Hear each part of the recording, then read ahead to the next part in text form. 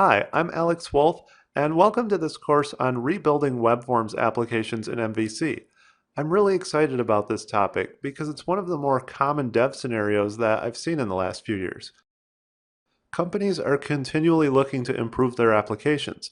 Often they want to migrate to a newer technology at the same time for added value. Rebuilding and improving an application in parallel can be a daunting challenge, and that's why this course exists. Our main goal is to smooth that transition from one framework to another.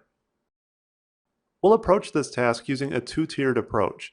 First, we'll examine what high-level concepts remain the same between Web Forms and MVC.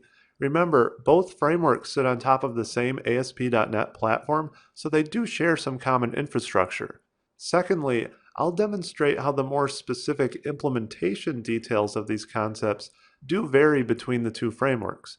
This will involve working through some demos with a sample application that I've put together.